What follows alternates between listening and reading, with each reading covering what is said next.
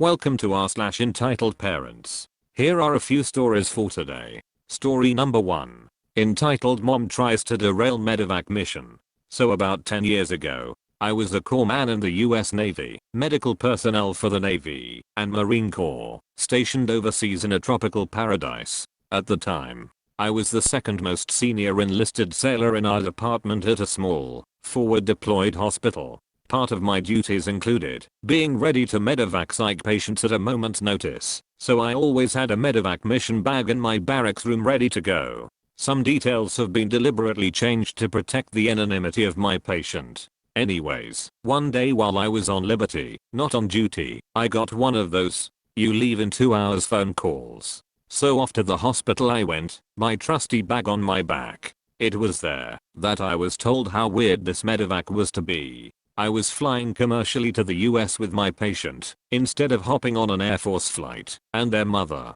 Oh, by the way, the mother just happens to be an entitled junior officer. Great. I get all my paperwork together, gather my party, patient, and mother, and grab a duty driver to take us to the local civilian airport. Oh, and while we are all dressed in civilian attire, it is important to note that I'm 100% on duty and acting officially in my capacity as a non-commissioned officer in the US Navy Hospital Corps. The mother, however, is 100% not on duty or acting in an official capacity. This becomes very important later. On the way there, the kid is really sweet, but is clearly recovering from a first psychotic break and has a lifetime of therapy, medication, and hospitalizations ahead. This kid has my sympathy, and besides, the kid is my patient. The mother, on the other hand, is clearly self-absorbed and is on her electronic devices, or nagging the duty driver, who I know, and is an excellent defensive driver, or is just in general complaining about anything she can. Whatever, I can tune her out and do my job. It wouldn't be the first or last time in my career I had to ignore a petulant junior officer and just get my job done. The trouble started almost immediately after checking in at the airport. She turned to me, cleared her throat, and in a tone that suggested that she was in charge said, "You need to get my bag." Without hesitation, I replied, "No ma'am. Our flight leaves in 20 minutes. We are going to the gate now." With that, I turned and began to escort my patient to the security screening area. She stammers out some kind of "excuse me" protest, but I didn't quite catch it because I genuinely didn't give a damn. My mission was getting my sick patient to a higher level of care, not playing enlisted butler to an entitled officer. That seemed to get her to back off. Because we got to our layover destination without incident. We board our international flight, and the kid wants the window seat, and mother wants to sit beside the kid. Fine. I sit behind them, and we take off. The flight is going smoothly. I give the kid their medication after the in-flight meal, and the kid and mother settle in for a movie. It was when the stewardess was handing out booths that crap started to really go sideways. The mother tried to give her very sick kid, who is on an atypical antipsychotic medication, a freaking Jack and Coke. Without hesitation I reached forward between the seats and snatched that crap up.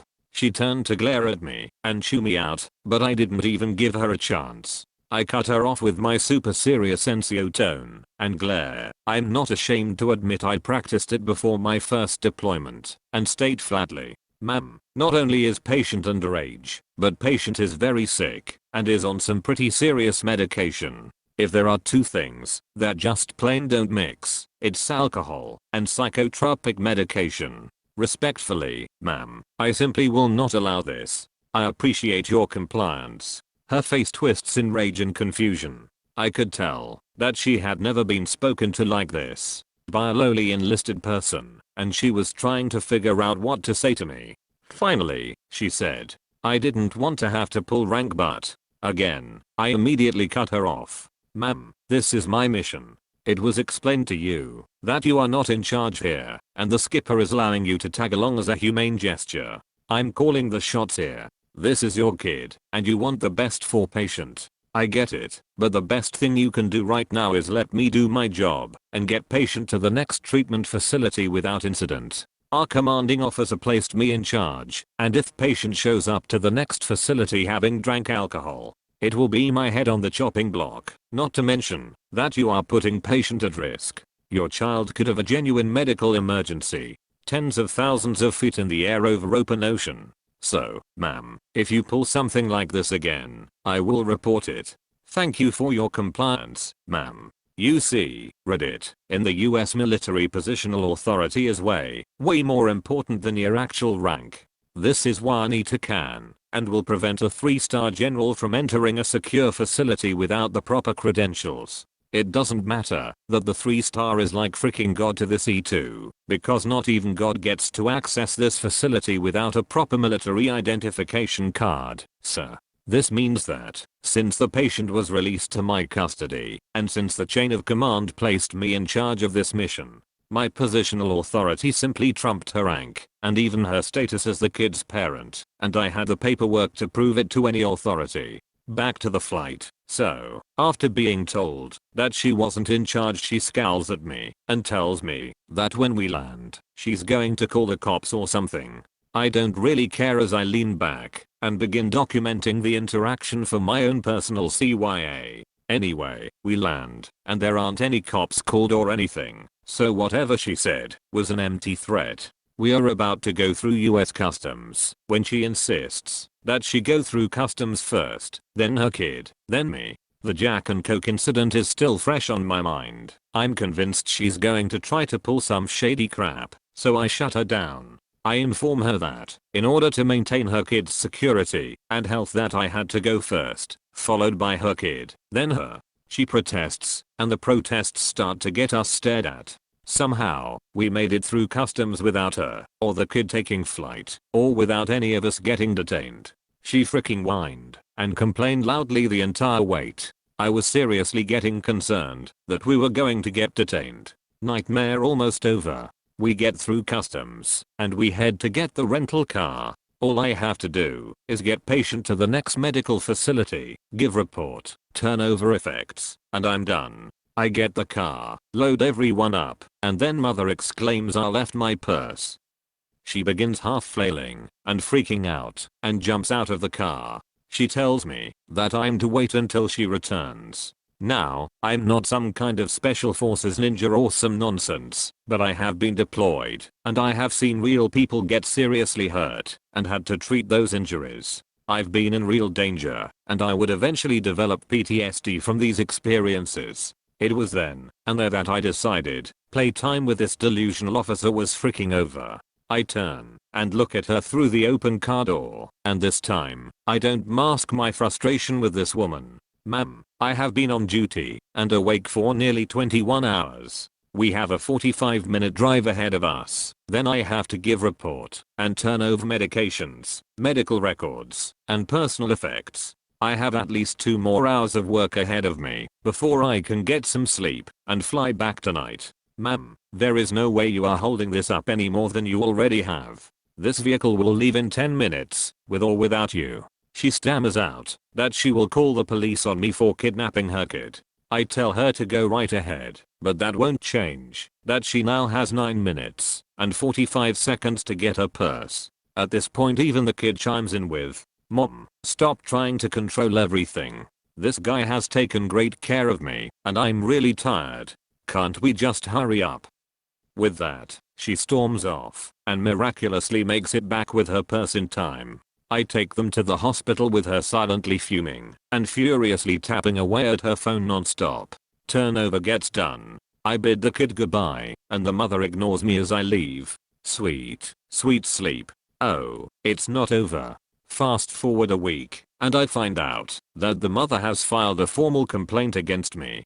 To avoid another long story, I'll tell you that the executive officer shredded it and chewed her out once I explained everything that happened and backed it up with official documentation. I don't know what happened to her or the kid, but I never saw either of them again. Story number 2. Pettiness on Christmas Day 2015, entitled "Mother Refuses Thoughtful Present." Here we are, back again with another tale about my mom pre-divorce. This occurred in 2015. They say it's hard to buy presents for your parents as a teenager, and specifically for your father, and it's true. We generally have a hard time knowing what our parents would like. that we could afford. Add some entitlement to the mix, and you better not only know what they want, be able to get it, and do it all, while having your life managed and snooped on by said entitled parent, which ruins the experience. When I was too small to be able to get anything myself, Dad used to help me out by pointing out things that might be appreciated. As I grew up I tried to figure this out myself, and found out what a minefield it was without his guidance. One year when I thought getting her an aromatic mulled wine, her favorite scent at the time, candle from Illuminations, was received with lukewarm apathy as a thoughtless gift for Christmas. I then tried a gift card that could be used almost anywhere for her next birthday. You'd think I insulted her personally with a gift card, so that was a never again experience. Through high school and into adulthood, I watched her purchases like a hawk, trying to predict a need that might pass for a gift at the appropriate times of the year, and pray to the heartless gods of narcissism that she didn't get it herself before then. With ADHD this was mentally and physically exhausting, and served as a source to my anxiety and depression. Every gifting holiday was nothing but anxiety for me, as I prayed she'd mean it when she said she liked something, that she actually meant it this time, and I wouldn't see it in the trash weeks later, or on my dresser for unknown reasons. Throughout the years Mom maintained that she would be fine with any kind of gift, but I knew better, as when I discovered she threw out a gift that she claimed to like, Mom made up an excuse of it being tacky, or low quality or some other dribble, as to why 2 weeks later she didn't want it. Sometimes it was over things as petty as not agreeing with her during a conversation when my opinion differs. So one Christmas we were at a month-long festival in December, and Mom had been searching for a year to have Larimer earrings that matched a necklace she got at a jewelry roadshow, and she had no luck. At this public event I saw a lapidary booth that actually had earrings in a style I knew Mom would like, and with the same stone and a matching necklace that closed magnetically. I was pleased and got both, thinking Mom might like a necklace whose clasp wouldn't grab the hair on the back of her neck and pull. On Christmas Eve, Mom seemed pleased with the earrings and dispassionate about the necklace, though she put both on, but she was much happier with the coral and turquoise necklace that my brother Donald got her. I know he didn't pay for or pick, since Mom and or Dad always had to herd him towards buying anything that wasn't food or video games. We ended the night watching some movie I mostly forget, except for the part that Mom tried to encourage discussion on. The protagonist was a woman who survived childhood trauma, as you find out nearly at the end of the movie, and suddenly is a successful businesswoman. Her parents were coming back and began saying that the woman owed them money. Halfway through, Mom insisted the protagonist was an awful person who never supported her mother in anything, and clearly had behavior issues connecting to others, and deserved to have legal action taken against her.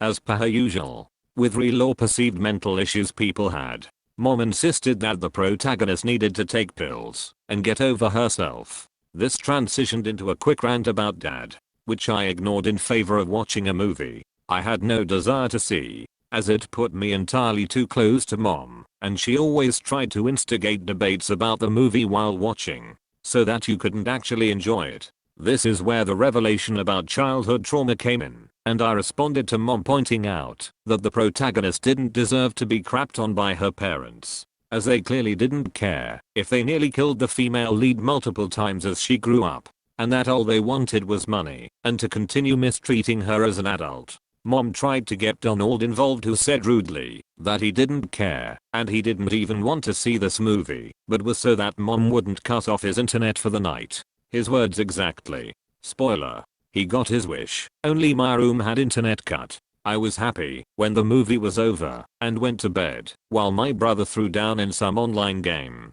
which I heard through our shared bedroom wall. Next morning, I'm startled awake as Mom threw my bedroom door open, and it rebounded off the wall. I was dazed and confused as I hear something being thrown onto my dresser, and Mom snarling that she didn't want it.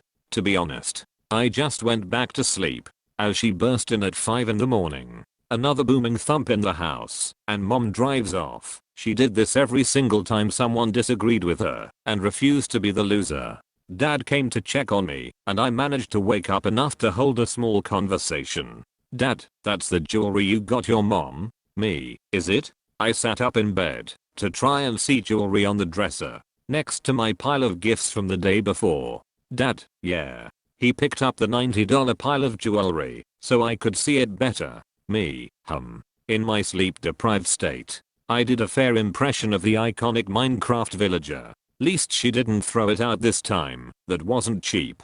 Dad set it down again and hadn't come in any farther than the bedroom door, and there was an awkward silence. The house was quiet and the dog wandered in to leap onto the bed for cuddles. He took a breath and asked if he could come in. Of my parents, he's the only one that respected my only personal space in the house. Turns out mom had stewed on the fact that I disagreed with her about the female lead in last night's movie deserving all the horrible things that happened until the revelation that somehow the victim of childhood trauma, who was being stalked by her elderly parents for not being a doormat, deserved what she got for being a rotten child and teenager according to mom's narrative. I told dad that I pointed out that the parents were awful and the lead well deserved to have her parents serve their time in the justice system for their crimes against children.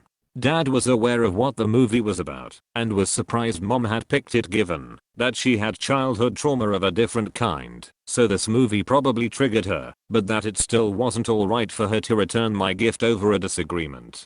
On that day I refused to get my mom anything over $10 because I put some real thought into this gift. I wanted it to be something she treasured the way she treasured my brother's gifts. She had chosen to watch a movie that was bad for her with the half-baked notion that I would miraculously and blindly agree with her that parents are always right and get to do whatever they want. We hit the scene that flips the entire narrative to that point, and she gets triggered, and I point out that in fact parents aren't right, and in cases like this the pushback is deserved.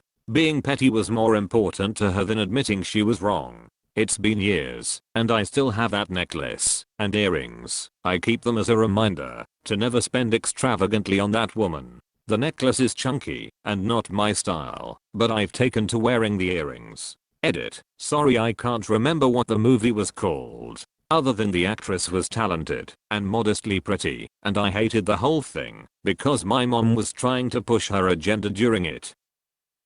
Story number 3. Entitled Parent Wants Me to Magic Strawberry Ice Cream. Okay, so this happened like 2 years ago when I worked for a British pub chain that rhymes with Smithermoons. It was a very busy pub in a tourist area. The cast, EP, entitled Parent. Me, obviously me, haha.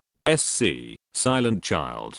Okay, so it's a busy afternoon peak summer. Queue out the door. No inside tables. Whole order screen is red. We're understaffed. Entitled Parent gets to the front of the queue and storms towards me. Entitled Parent, I've been queuing for 15 minutes, how ridiculous. Me, so sorry for the wait sir. What can I get you today? Entitled Parent, a pint and some strawberry ice cream. Me, I'm so sorry sir, but we don't sell strawberry ice cream. Only vanilla. Entitled Parent, not acceptable. Me, well sir, there is an award-winning ice cream shop literally less than a minute walk from here. I can tell you it's really good and much better than ours. Entitled Parent, no way. It'll be more expensive. My kid specifically wants strawberry ice cream from this pub. Me, actually, because they specialize in ice cream it's cheaper and much nicer than the generic vanilla we have here. Entitled Parent, I want a pint too. Me, okay, well if you go and buy the ice cream then bring it back here, I can give you a pint in a plastic cup and you can sit outside. It's a lovely day too. Entitled Parent, starting to shake with anger. No, unacceptable. I want you to get me strawberry ice cream from the freezer you have here, and I want you to do it now. Me, as I've explained, not going to happen. Entitled Parent, to SC, right, that is it. No ice cream for USC, and you can blame this selfish woman. SC looks even more confused than me. They left, and I never saw them again. Thanks for listening.